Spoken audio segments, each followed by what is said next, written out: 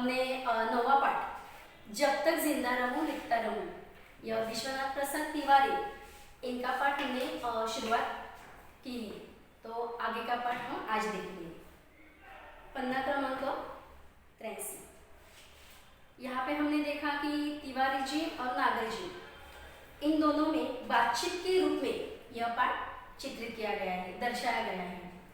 तो तिवारी जी, नागर जी ये समकालीन लेखक है और ये आपस में साक्षात्कार के रूप में बातें कर रहे हैं। तो हमने पन्ना क्रमांक 83 में देखा कि नागर जी ने अपने समाज में वह तो अपने समाज में उभरी थी, जो गरीबों के प्रति करुणा थी उनके लिखावट में। तो उन्होंने ये सवाल का जवाब देते हुए कहा था कि समाज से ये सब वास्तव चित्रण उन्होंने लिखा था। और इसके अलावा कौटुंबिक संस्कार भी यहाँ पे उन्होंने दिखाते हुए कहा है कि उनके पिताजी, इनके अद्भुत गुण थे, जो दुख दर्द में, किसी के भी दुख दर्द में वे तुरंत पहुँचते थे। तो इससे प्रभावित होकर उन्होंने गरीबों के प्रति करुणा अपने उपन्यास, अपनी कहानियों में दोहराई है। तो आगे हम देखेंगे, तिवारी जी ने कहा उस समय तो क्रांतिकारी आंदोलन भी हो रहे थे, क्या उनका भी आप पर कुछ प्रभाव पड़ा? नागर जी कहते थे उसी से तो पिताजी ने डांटा, रोका। काकोरी बमकांड हो चुका था। 1931 से आंदोलन तेज हो गए थे। ये जो काकोरी बमकांड, ये भी हमने इतिहास में पहले पढ़ा है। अंग्रेजों के ज़माने में जो क्रांतिकारियों ने क्या किया था, इस देश की आज़ादी के लिए उन्होंने बहुत फाइट किया था अंग्रेजों से। तो उसी समय देश की आज़ादी के लिए अंग्रेजी हुकूमत के खिलाफ किया गया यह एक विद्रोह था। यह एक विद्रोह का रूप था जो हम काकोरी बमकांड के रूप से जानते हैं। तो क्रांतिकारियों ने लखनऊ के काकोरी रेलवे स्थानक के पास एक सरकारी खजाने ले जाने वाली ट्रेन थी। तो इन क्रांतिकारियों ने वो ट्रेन को, चलती हुई ट्रेन को, उसके खजाने को लुटाता। तो ये काकोरी बमकांड के नाम से जानी जाती है। तो उसी समय, उसी से नागर जी, उनके पिताजी ने उन्हें डांटा था और रोका था। 1921 के आंदोलन तभी तेज हो गए थे। तिवारी जी ने पूछा, क्या सामाजिक आंदोलनों जैसे आर्य समाज का भी आप पर कुछ प्रभाव पड़ा? जिस प्रकार ब्रिटिश काल था, तो उस समय ब्रिटिशों के आंदोलन या बहिष्कार, इसका जिस प्रकार प्रभाव इन नागर जी के लेखन में दिखाई देता है, तो उसी प्रकार यहाँ पे आर्य समाज भी उस समय था। तो उसका कुछ प्रभाव आपके लेखन में दिखाई पड़ता है, आप पर पड़ा क्या? तो नागर जी कहते हैं आरंभिक असर है थोड़ा। देखो, आर्य समाज ये एक हिंदू सुधार आंदोलन के रूप में जाना जाता है। यहाँ पे स्वामी दयानंद सरस्वती, इन्होंने मुंबई में यह एक संस्था स्थापन की थी और इसका मुख्य उद्देश्य क्या था? तो हिंदू समाज में जो पहले अंधविश्वास और सामाजिक रूढ़िवादी था, इसको दूर करना ये मुख्य उद्देश्य था। तो इस कारण इन्होंने यह आर्य समाज को स्थापित किया था। तो इसका भी नागर जी के लिखाई में या उनके उपन्यास में प्रभाव पड़ता है। तो आरंभिक असर है थोड़ा जरूर। मेरे पिताजी में एक अच्छी बात थी कि उन्होंने मुझे सामाजिक आंदोलनों में जाने से कभी नहीं रोका। जवाहरलाल नेहरू से मेरी भेंट 1933 में हुई। उनकी माँ मेडिकल कॉलेज में दाखिल थी और उसी समय मेरा छोटा भाई भी वहाँ दाखिल था। नेहरू जी जेल में थे। उनकी माँ के पास कुछ कश्मीरी लोगों को छोड़कर कोई आता जाता नहीं था। मैं उनकी माताजी के पास रोज जाता था। पंडित जी जब जेल से छूटे तो मेरी उनसे वही भेंट हुई जो प्रायः होती रहती थी। उनसे खूब बातें होती थी, हर तरह की। तो यहाँ पे नागर जी ने ये भी बताया है कि पंडित जवाहरलाल नेहरू, इनसे हुई मुलाकात, ये भी इन्होंने इस साक्षात्कार के द्वारा दोहराई है। तिवारी जी ने बाद में पूछा, आपका उपन्यास कौन सा है? नागर जी ने कहा, पहला उपन्यास लिखा 1944 में, महाकाल उसका नाम है, उस उपन्यास का नाम है महाकाल, जो छपा 1946।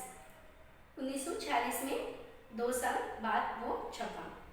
बंगाल से लौटकर इसे लिखा था। ये नागर जी की पहली उपन्यास है, महाकाल नाम की। तिवारी जी ने कहा, क्या यही बाद में भूख नाम से प्रकाशित हुआ? हाँ, इसका बाद में नाम कुछ अलग भूख नाम से वो प्रकाशित हुआ। तिवारी जी ने कहा, नागर जी, आप अपने समय के और कौन कौन से लेखकों के संपर्क प्रभाव में रहे? तो उस समय भी बहुत से लेखक थे, तो आप इसमें से कौन से लेखक का ज़्यादा प्रभाव आपकी लिखाई में दिखाई देता है? तो नागर जी ने कहा, जगन्नाथ दास रत्नाकर, गोपाल राय गहमनी, प्रेमचंद, किशोरीलाल गोस्वामी, लक्ष्मीधर वाजपेयी आदि के नाम याद आते हैं। तो यहाँ पे इन्होंने, नागर जी ने इन लेखकों के उपन्यास, कहानी संग्रह उन्होंने पढ़े हैं, तो इनका प्रभाव यहाँ पे दिखाई देता है। माधव शुक्ला हमारे यहाँ आते थे, ये भी लेखक है। वे आजानुभव थे। आजानुभव का मतलब है घुटनों तक लंबी भुजाएं जिनकी होती है, उन्हें आजानुभव कहते हैं। तो उनका पहराव भी इन्होंने यहाँ पे नोटिस किया है। ढीला कुर्ता पहनते थे और कुर्ते की जेब में जालियनवाला बाग की खून सनी मिट्टी हमेशा रखे रहते थे। जालियनवाला बाग हत्याकांड भी हमने हिस्ट्री में पार्ट में पढ़ा है। तो ये जो लेखक है माधव शुक्ला, ये क्या करते थे, जहाँ पे जालियनवाला बाग हत्याकांड हुआ, बहुत से जनरल डायर ने वहाँ पे क्या किया, गोलियां चलाई और आम जो लोग थे उन्हें गोली चलने के कारण उनकी मृत्यु हुई। इनमें छोटे बच्चे थे, वहाँ पे सर्वसामान्य लोग वहाँ उस सभा में शामिल थे, तो उन्हें बहुत से लोगों की मृत्यु हो गई। तो इस खून सनी मिट्टी ये हमेशा अपने कुर्ते में, जेब की कुर्ते में रखते थे। 1931 से 37 तक में प्रतिवर्ष कोलकाता जाकर शरद चंद्र से मिलता रहा, उनके गांव भी गया। बाद में तिवारी जी ने प्रश्न पूछा है, पुराने साहित्यकारों में आप किसको अपना आदर्श मानते हैं? तो यहाँ पे नागर जी ने कहा, तुलसीदास को तो मुझे घुट्टी में पिलाया गया है। घुट्टी का मतलब है नवजात शिशु को जो आयुर्वेदिक औषधियाँ जो पिलाई जाती है उसे घुट्टी कहा जाता है। तो इसी प्रकार नागर जी कहते हैं कि तुलसीदास को तो मुझे घुट्टी में पिलाया गया। इसका मतलब है बचपन से जो जाना माना जाता है, बहुत से अंतरंग उनके जाने जाते हैं, ऐसे तुलसीदास जी का मुझ पर ज़्यादा प्रभाव है। बाबा शाम को नित्य प्रति रामचरितमानस, तुलसीदास लिखित रामचरितमानस मुझे पढ़वा कर सुनाते थे, श्लोक जबरदस्ती याद करवाते थे। तो इसीलिए नागर जी ने कहा है कि तुलसीदास को तो मुझे घुट्टी में पिलाया गया। इसका मतलब इनका पूरा जो रामचरितमानस है, तो ये बचपन से मैं पढ़ के आया हूँ, वो मैं पूरे श्लोक मुझे याद है। तिवारी जी ने कहा, नागर जी, आपने खंजर नयन में सूरदास के चमत्कारों का बहुत विस्तीर्ण से वर्णन किया है, क्या इन पर आपका विश्वास है? खंजर नयन, खंजर का मतलब यहाँ पे मैंने लिखा है, देखो, काले रंग की एक प्रसिद्ध चंचल चिड़िया से खंजर नाम से जाता है। तो नागर जी, आपने खंजर नयन में सूरदास के चमत्कारों का बहुत विस्तीर्ण रूप से वर्णन किया है, क्या इन पर आपका विश्वास है? नागर जी कहते हैं, नेत्रहीनों के चमत्कार हमने बहुत देखे हैं, उनकी भविष्यवाणियां कभी कभी बहुत सच होती है। सूर्य पंचशती के अवसर पर काफी विवाद चला था कि सूर का मतलब यहाँ पे सूरदास, सूर जन्मांध थे या नहीं। सवाल यह है कि देखता कौन है, आँख या मन। आँख माध्यम है लेकिन देखने वाला मन है। तो यहाँ पे ये जो बहस चल रही थी, विवाद चल रही थी, तो इस बात पर नागर जी ने अपने सोच, अपने मत यहाँ पे व्यक्त किए हैं। उन्होंने कहा कि सूर्य जन्मांध थे। जन्मांध का मतलब जन्म से अंधे, उन्हें कुछ नहीं दिखाई दे रहा था जन्म से ही। ऐसे कई लोगों का मानना है, तो बहुत सारे लोगों का मानना है कि नहीं, वो बाद में कुछ अपघात होने के कारण अंधे हुए थे। तो इस बात पर काफी विवाद चल रहा था। तभी ये सवाल नागर जी से भी पूछा गया और इस सवाल का उन्होंने अच्छे से जवाब दिया। उन्होंने कहा कि जन्मांध थे या नहीं, सवाल यह है कि कौन देखता है। अगर वो जन्मांध थे तो अपने वो मत, अपने विचार को कैसे लिख पाते थे। तो उन्होंने कहा कि इस कारण, इस विवाद में तो मुझे पढ़ना नहीं है, लेकिन यह सवाल है कि हम आँख से देखते हैं या मन से देखते हैं। आँख तो माध्यम है, देखने वाला माध्यम है, और मन भी क्या है, देखने वाला ही है। तो उसी प्रकार आँख माध्यम है और देखने वाला मन है। तो उसी प्रकार इस विवाद से काफी वह दूर है। तिवारी जी ने कहा, आपने क्या कभी अपने लिखने की सार्थकता की परख की है? नागर जी ने कहा, हाँ, मेरे पास बहुत से पत्र आते हैं जो वाचक, जो पढ़ने वाले, उपन्यास पढ़ने वाले जो होते हैं, वो बहुत से पत्र उनके आते हैं मेरे उपन्यासों के बारे में, खास तौर से जिनसे पाठकीय प्रतिक्रियाओं का पता चलता है। जो लेखक के वाचक होते हैं वो उन्हें उनके उपन्यास अच्छे या उनके कुछ छूट गया है, इस बारे में पत्र के द्वारा क्या कहते हैं, अपने मत, प्रतिक्रियाएं व्यक्त करते हैं। तिवारी जी ने कहा, नागर जी, आपने भ्रमण तो काफी किया है। भ्रमण का मतलब घूमना फिरना। नागर जी ने कहा, हाँ, पूरे अखंड, अखंड का मतलब संपूर्ण, हाँ, पूरे अखंड भारतवर्ष का। तो मैंने बहुत से अखंड पूरा भारत मैंने घूमा है, भ्रमण किया है। पेशावर से कन्याकुमारी तक और बंगाल से कश्मीर तक। इन यात्राओं का यह लाभ हुआ कि मैंने कैरेक्टर, चरित्र बहुत देखे और उनके मनोविज्ञान को भी समझने का मौका मिला। नागर जी ने ये भी यहाँ पे बताया है कि मेरी कहानियों के जो पात्र होते हैं, मेरे उपन्यासों के जो पात्र होते हैं, कैरेक्टर होते हैं, तो ये सब में जिस जगह पर मैंने भ्रमण किया है, उस जगह से मैंने ये जो कैरेक्टर है वो उसी के द्वारा मैंने अपनी लिखाई में प्रकट किए हैं। तो इस यात्राओं का यह लाभ उन्होंने ज़रूर बतलाया है कि उनके जो कहानी के कैरेक्टर हैं, कि उनके मनोविज्ञान को समझने का उन्हें बहुत ज़्यादा मौका भ्रमण के कारण मिला है। तिवारी जी ने पूछा, आपके समय के लेखकों में आप किन्हें पसंद करते हैं? लेखक के बारे में ये बहुत प्रश्न गहराई से पूछा गया है। नागर जी कहते हैं, अगर दिल से पूछो तो एक ही आदमी, उसे बहुत प्यार करता हूँ, वह है रामविलास शर्मा।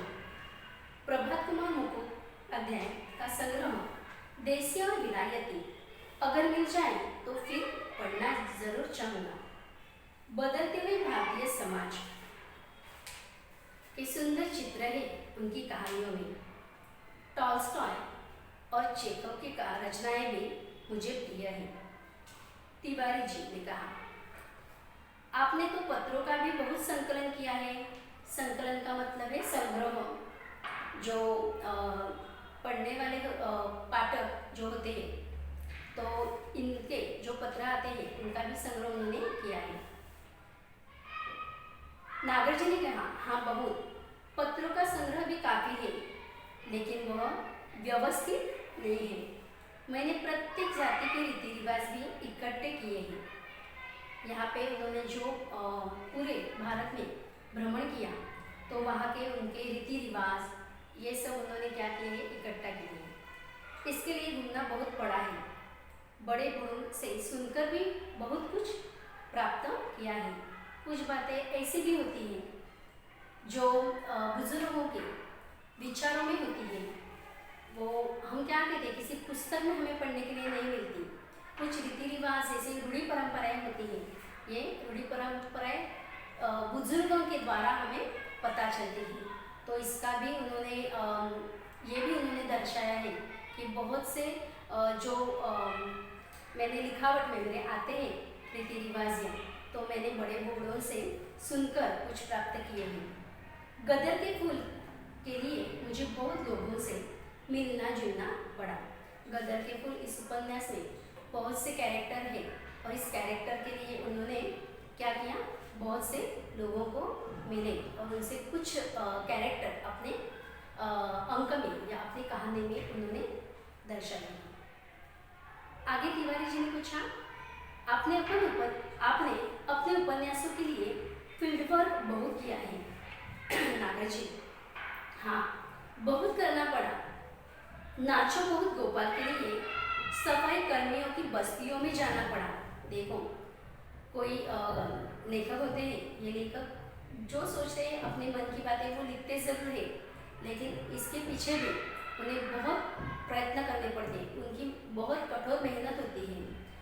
तो ये हमें आगे पता ही चलता है। नागर जी ने इन्होंने कहा है कि नाचो बहुत गोपाल, ये उनकी लिखाई किताब है।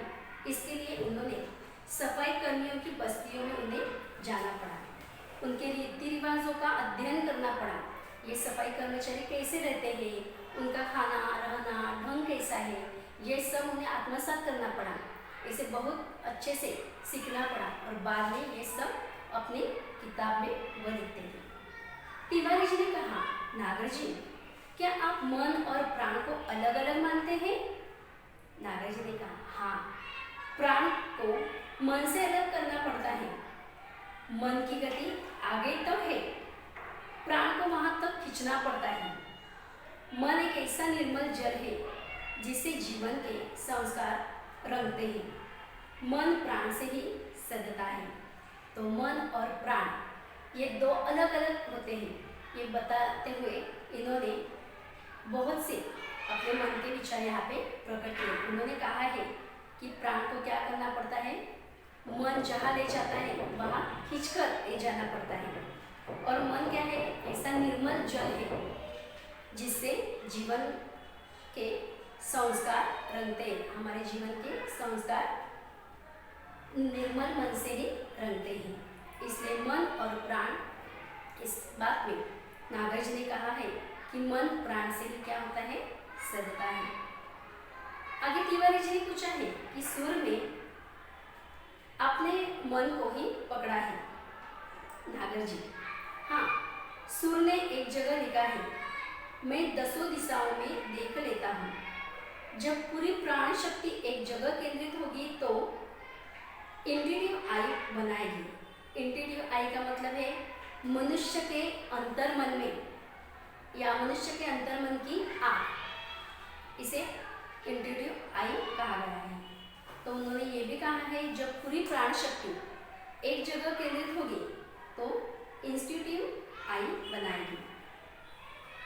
आगे तिवारी जी ने कहा है, नागर जी, हम लोगों ने आपका बहुत समय लिया, बल्कि आपकी उम्र और स्वास्थ्य का भी लिहाज नहीं किया। नागर जी इस बात पर कहते हैं, स्वास्थ्य ठीक है मेरा, पत्नी की मृत्यु के बाद एक टूटन आ गई है, लेकिन फिर मैंने सोचा कि लिखने के सिवा और चारा क्या है, अभी रंगहीन जीवन है, तो अभी मैं अपना जो वक्त कैसे बिताता हूँ, तो इसलिए मैंने सोचा कि लिखने के सिवा और चारा क्या है।